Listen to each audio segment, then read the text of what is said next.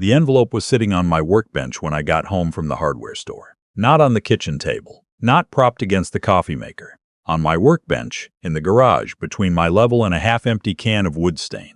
She knew I'd go there first. She knew that because she'd watched me do it for 31 years. I set down the bag of deck screws and picked it up. My name on the front in her handwriting.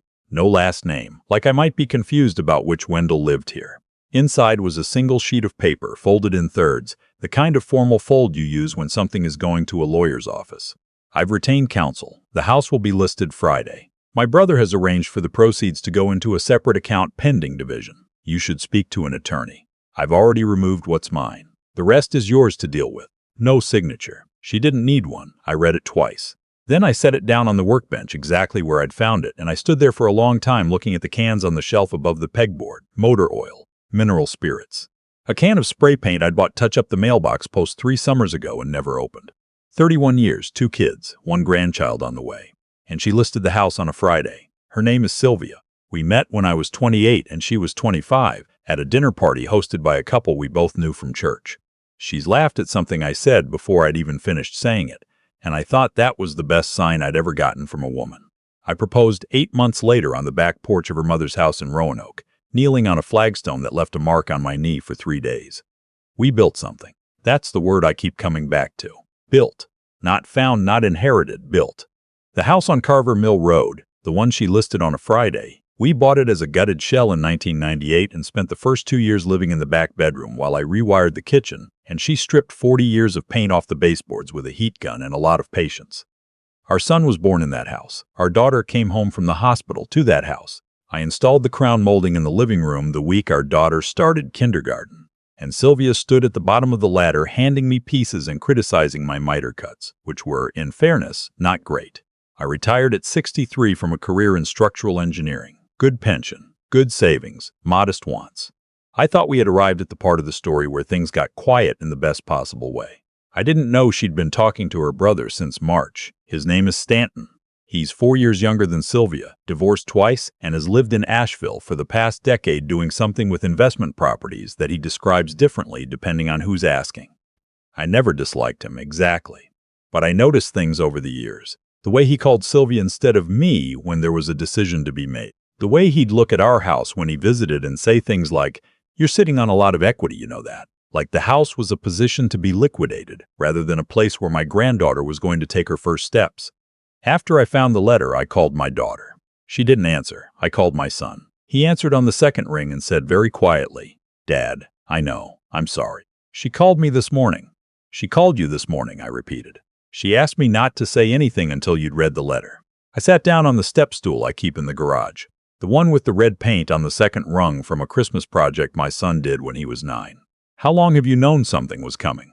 A pause. "A few weeks. She made me promise." I didn't ask him anything else that night. It wasn't his fault. He was 40 years old and caught between his parents, and I knew what that felt like because I'd watched it happen to other people's kids and always thought it was one of the cruelest positions a parent could put a child in. I told him I loved him and I'd call him in a few days, and then I went inside and made a pot of coffee and sat at the kitchen table until it was dark. The attorney I found was a man named Beauchamp, retired from a firm in Richmond, now practicing out of a small office above a dry cleaner in our county seat. He had a reputation for being thorough in a way that opposing counsel found irritating, which is exactly what I wanted. I brought him the letter and a 31-year summary of our finances that I wrote out by hand the night before because I needed to do something with my hands. He read the letter slowly. Then he looked up. "Your name is on the deed." "Yes, both names. Since 1998. He set the letter down. "Then no one is listing this house on Friday." That was the first thing I learned. The second thing I learned came a week later, when Beauchamp called me into his office and set a document on the desk between us. It was a power of attorney, signed by Sylvia, granting her brother Stanton authority to act on her behalf in real estate transactions. "She signed this in March," Beauchamp said. "I know. She mentioned it at the time. Said it was in case something happened to her while I was still working. Did you agree to it?" "She didn't ask me to agree to it. She told me about it." Beauchamp nodded slowly. "The POA is valid, but it only covers her interest in the property. It does not give him authority over your interest, and a jointly owned property cannot be transferred, listed, or encumbered without both owners' consent." He paused. "Stanton may not have understood that, or he may have hoped you wouldn't." I thought about the way Stanton looked at the house when he visited, the way he said equity like it was a weather forecast. What did he actually do? I asked. Beauchamp turned to the next page. He contacted a listing agent, signed a listing agreement on his sister's behalf. The agent, who should have known better, ran with it. The listing was pulled when I sent a letter Friday afternoon. He looked at me over his reading glasses. You have a claim against the agent's brokerage for proceeding without verifying co-owner consent. That's separate from the divorce proceedings.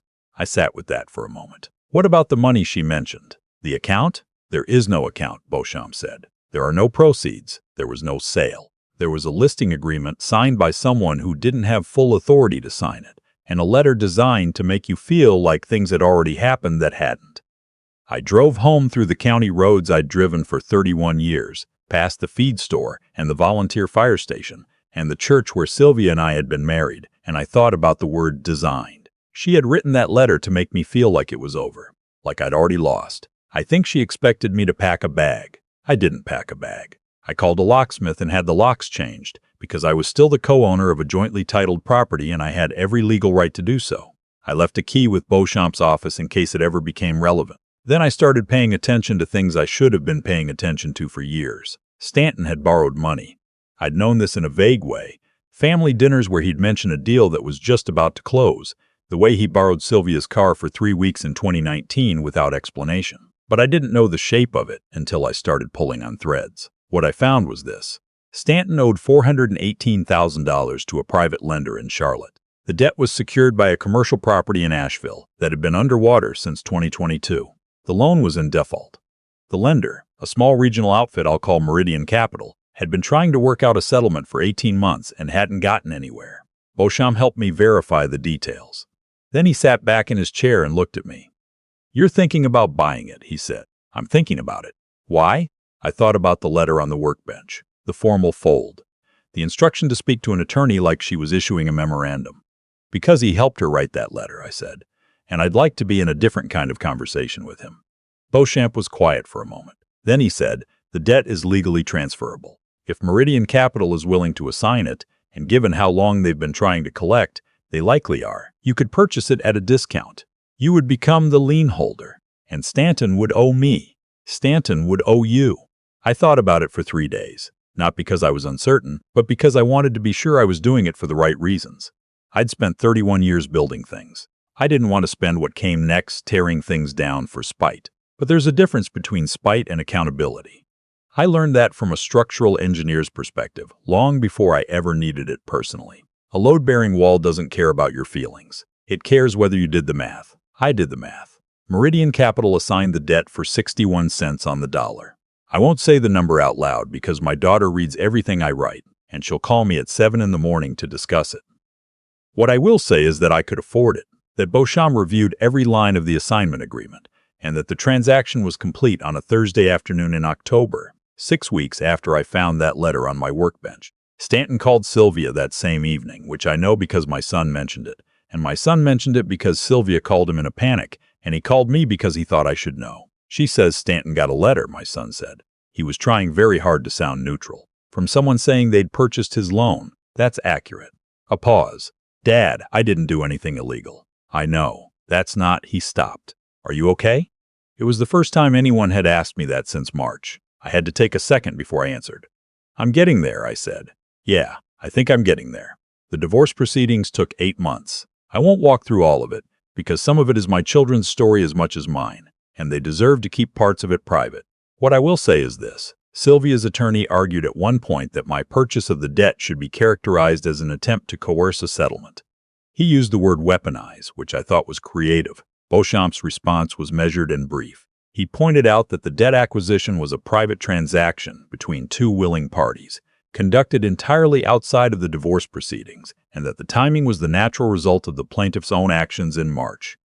He submitted the letter from my workbench as an exhibit.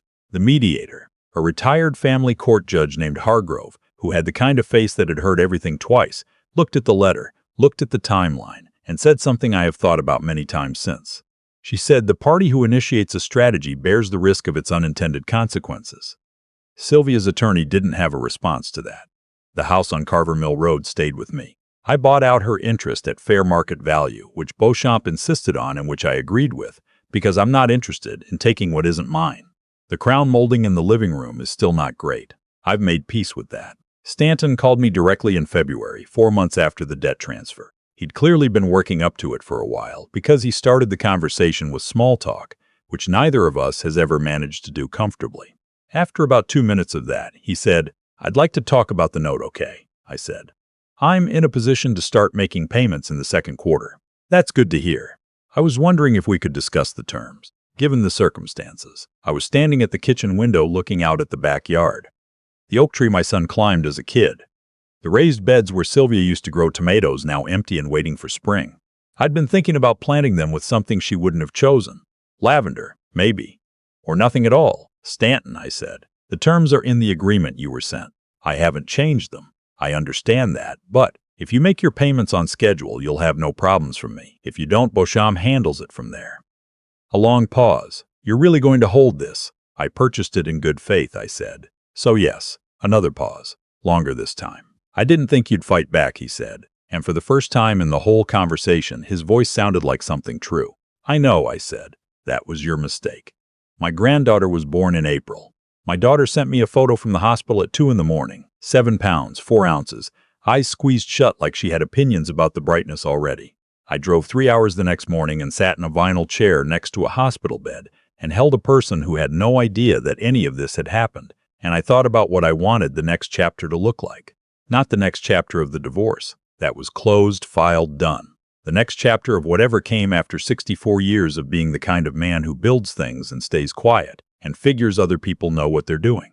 I'd been wrong about that last part. My son-in-law, good man, steady, the kind of person who shows up, shook my hand in the hospital hallway and said, "She's got your chin." I said I hoped that was the only thing she got from me. And he laughed, and that was the first time I'd laughed, really laughed, in about 8 months. The house on Carver Mill Road has 31 years of my work in its walls. The wiring I ran. The floors I refinished. The deck I rebuilt 3 times before I got the ledger board right. None of that went anywhere. I am 64 years old, and I am still here.